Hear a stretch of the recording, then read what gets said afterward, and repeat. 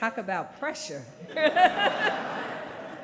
Well, thank you all. It is such an honor to be here today. And please send my regards to President Stark. I'm so grateful for this invitation.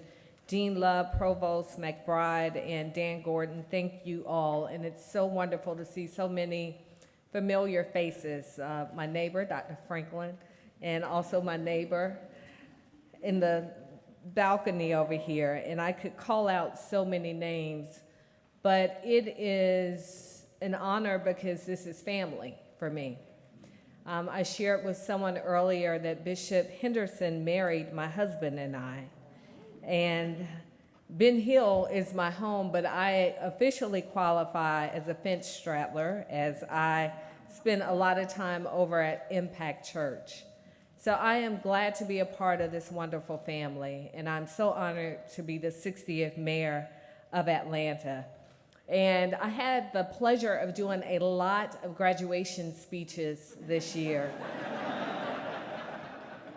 And I think I broke some records. I think at Tennessee State I was 6 minutes and 27 seconds long. And I would like to think it's because I'm mindful of time, but I had an experience when my husband and I met in law school. We took our graduation pictures together. And we had on beautiful gowns, and it was May. And right after we took our pictures, I fainted. So it's something with me in these robes that makes me speak very quickly. And I had the pleasure of having a root canal on Monday, and I had a wonderful cocktail of Advil and Tylenol, and I was thinking I should have taken that today so I wouldn't be nervous. So I will be brief. At least I will try. But what I will share with you all is my story of faith and how God's grace has led me to be the 60th mayor of Atlanta. And I talked so much during the campaign, and if you've ever heard an elected official speak more than once, you'll go, I think I've heard that before. And my mother, who went to a lot of events with me, would say, you're a very good speaker, and as mothers do. She said, but I think you have some other stories you can tell. So if you've heard it before, just close your ears. But I have to share it with you because it is the path that has led me to stand here today. So I'll try and give you the short version, the version you get when you wear a robe. And the story goes something like this. I was born and raised in Atlanta, born into a wonderful family. I had the extraordinary blessing of being born into a family, a loving family. My father was an entertainer by the name of Major Lance. And my father opened up for the Beatles. He gave Elton John his first start playing piano, and it made for a pretty fun childhood. And we spent a lot of time with my grandparents, who were really salt of the earth people because my parents traveled so very much. And I know that I stand here today on the backs and the prayers of generations, because I had the pleasure of being in my grandparents' house every week, where my grandmother talked about her love of God. And she exercised it in everything that she did, in the way that she loved us, in the way that she served her church, in the way that my grandfather still talked about the way his grandmother would speak to him of God. And he talked about the book of Ruth and all of the things that he carried in his heart, even from his grandmother who had passed many years ago. And so I always had a very special place in my heart for the Lord. And what I learned, my grandmother used to tell me, she would say this in so many challenging circumstances, all things work for the good of those who love the Lord. And I didn't always understand what that meant. But going back to this extraordinary childhood, my mother came home one day. We lived in a beautiful middle-class neighborhood in Collier Heights. And what she said to me and my brother and sister and I is that we would be moving and that my father wouldn't be coming with us, which is very confusing to me. But I grew up at a time when children, unlike my 4 children, really didn't get into the business of adults. She said it, and that's what happened. And so when we moved, it really was the disruption of everything that I had known as a child. But at some point, my parents reconciled, and my father, because he was an entertainer, would be at home when I came home from school each day, which was wonderful because he worked at night. And I came home from school one day in third grade, and I literally saw my father being led out of our apartment in handcuffs. And there were police officers all over our apartment, and they had completely torn the place up. It was a drug raid. And what I later learned is that my father had opted to sell drugs. And I learned at the age of 8 that sometimes really good people can just sometimes make bad decisions. And as an adult, as I processed decisions that my father made, what I realized is there were decisions he made out of desperation. They were decisions he made because of his struggles with addiction. But I remember my grandmother would always say, all things work for the good of those who love the Lord. So because I had this extraordinary childhood, and then I went to ballet on Saturdays and did all of the things that privileged children did, when my father went to prison, all of that suddenly ended. And what I found myself doing on weekends, rather than going to ballet, is I would then go visit my father in prisons across the state of Georgia. And what I would see were other men who looked just like my dad. And I would see children who looked just like me.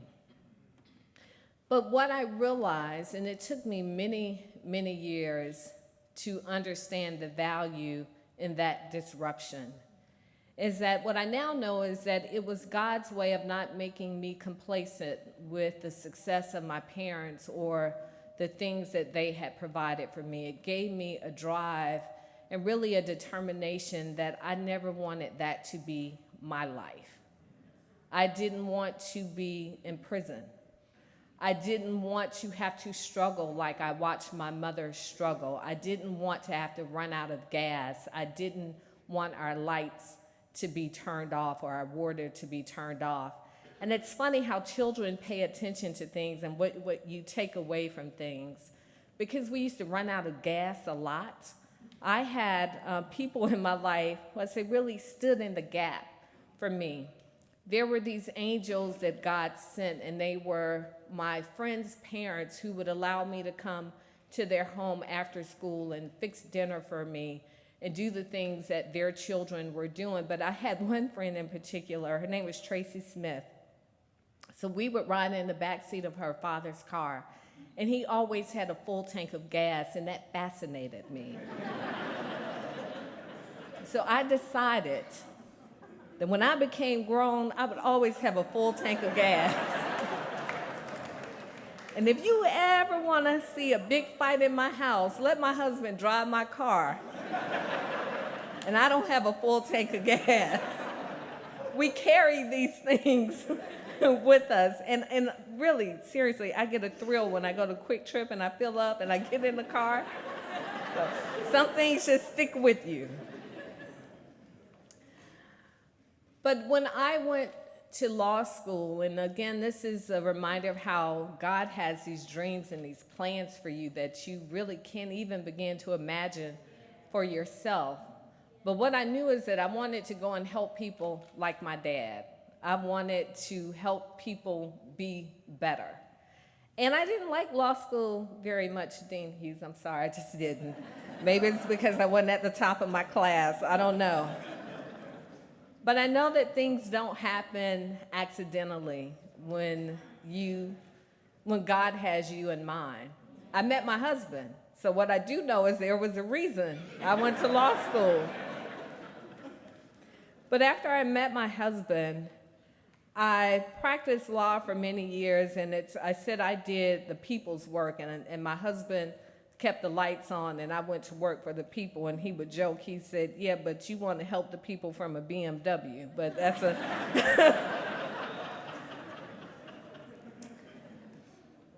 there was always something unsettling to me about my profession. And it seemed as if I could never be content and I never had rest in what I was doing.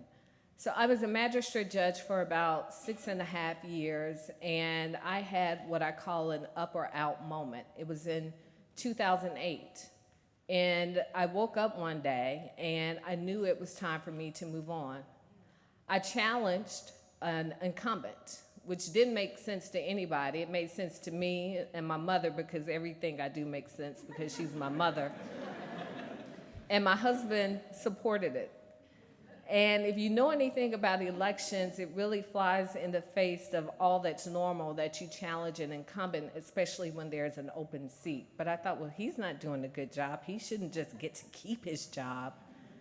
So I ended up campaigning all across Fulton County, and Fulton County is a really big county. And it took me out of my comfort zone, and it took me into community meetings that I otherwise wouldn't attend, and I got a chance to see what happens when people have good leadership and when communities are engaged. And so I lost. And I was so disappointed. And I said, well, Lord, you told me to run. But I knew that it was an opportunity for me to either elevate to a higher seat on the bench, or it was time for me to move on. And what kept resonating with me is God told me there would be something bigger and better in store. And I remember sitting on my floor one day, cross-legged, and I had bills all around me because we had charged up the whole election. And I thought, God, you told me to do this. Now what?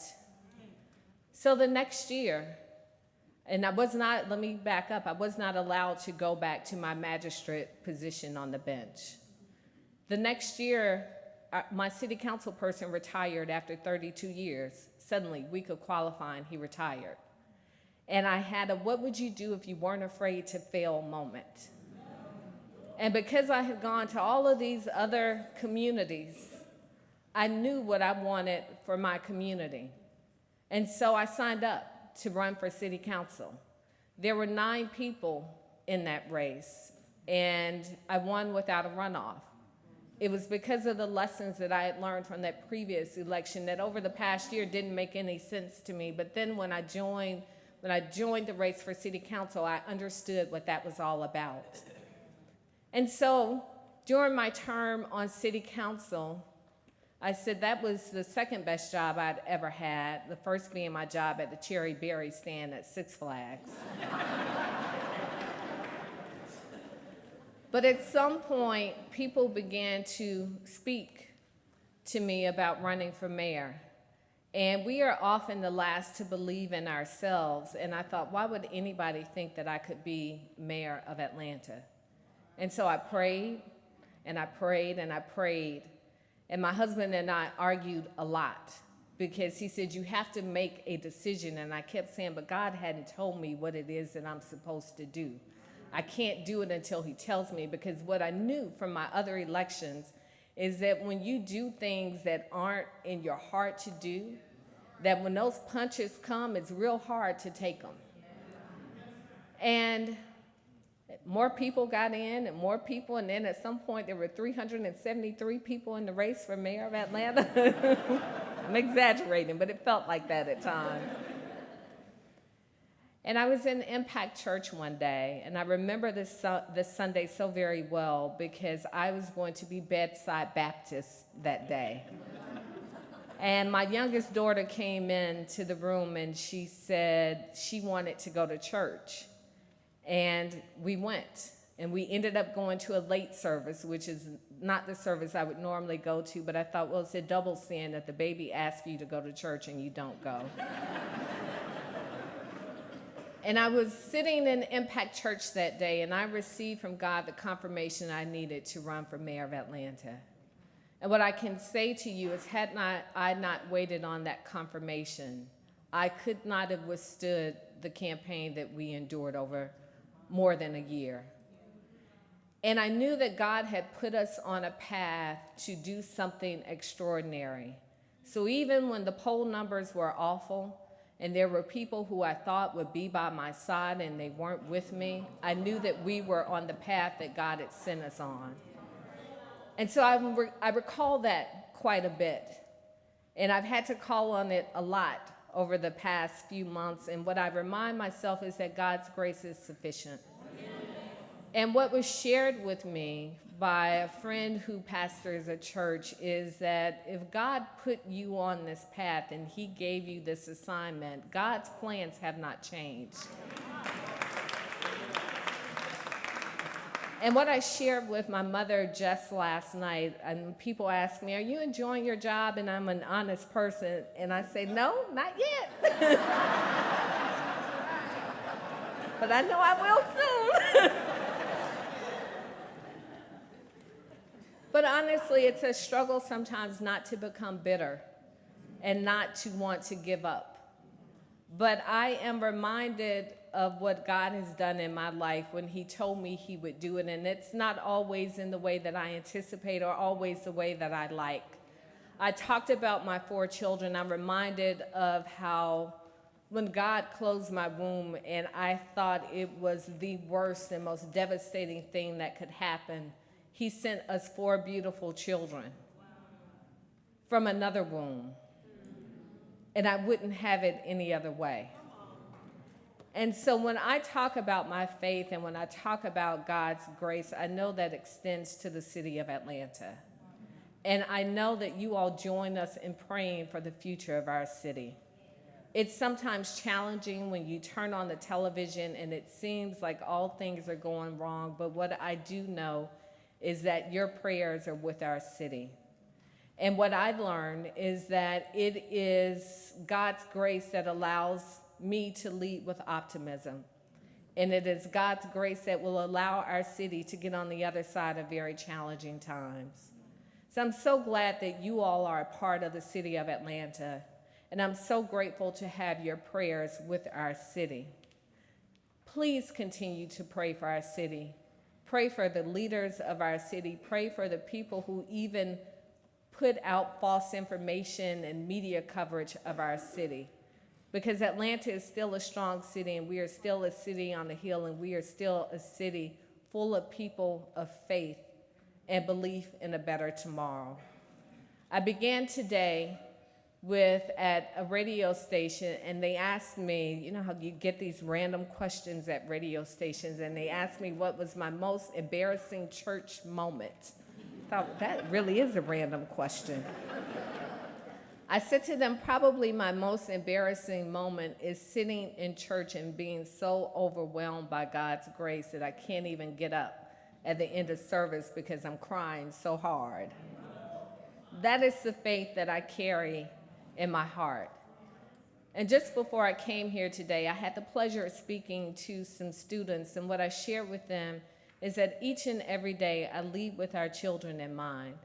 Very selfishly, it begins with my 4 children and the city that I want Atlanta to be, the city that it was for me at 8 years old when my family was facing very challenging times. And there were people who stood in the gap who made me believe there was something better on the other side. I lead with them in mind. But what I'm also reminded of is God's assignment that has allowed us since January to eliminate cash bail bond in the city of Atlanta. So that now,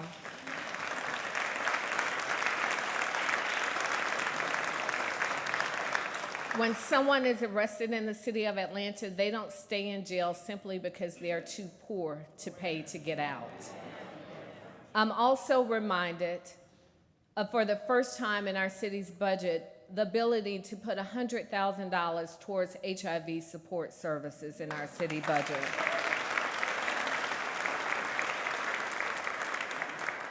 I'm also reminded when there are opportunities for us to face injustice and to stand up and be a voice to the voiceless, that there's an opportunity that was given to us to sign an executive order that ended the detention of ICE detainees in our city jail.